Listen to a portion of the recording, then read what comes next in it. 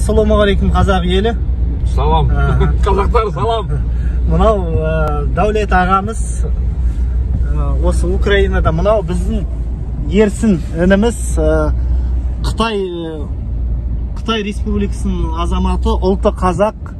Ошақтан біздің Қазақстан мемлекеті не құжат бермей, ештеңе көмектеспей, сол жақтан депортация жасағысы келді КМБ. Сосын ошаққа келіп Европаға өтем деп салынып қалды. Сол Дәулет ағамыз көмектесіп, соттасып, қазір құжаттарын алып, осы бауырымызды қазір гостиницаға апарып орналастырады. Ары қарай көмектесеміз. Құдай қаласа, міне үш қазақ, бір Украинаның қазағы ағамыз, мен Қазақстанның қазағы, міне Қытайдың қазағы ініміз. Сол қазақ елі бәріңізге де дұғай сәлем. Енді ерсін қазақ халқына бір сөзіңді айт.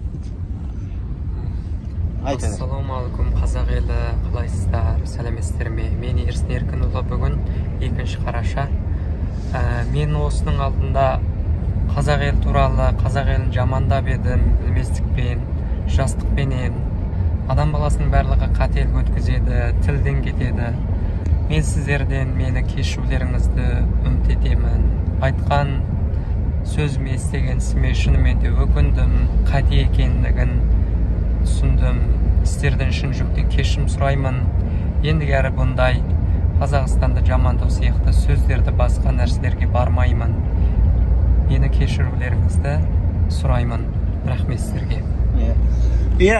Ерсін ініміз енді мынау негізі нұр жүйеге өшігіп айтқан сөзі ғой, сондықтан маған кейбір қазақтар видеолар жіберіп жатыр да, қазаққа тіл тигізді. Өзі сондай қысымда болғасын айтқан шығар. Негізі бұл билікке айтқансын, қазақ халқына айтқан емес. Оны дұрыс түсінейік. Сондықтан әрбір қазағым жалғызым. Міне осы Дәулет ағамызге үлкен рахмет. Құдайдан қайтсын. Осындай іс-әрекет жасап, інімізді енді құжаттарын дұрыстаймыз. Сол қолымыздан келгенше осы інімізге көмектесеміз.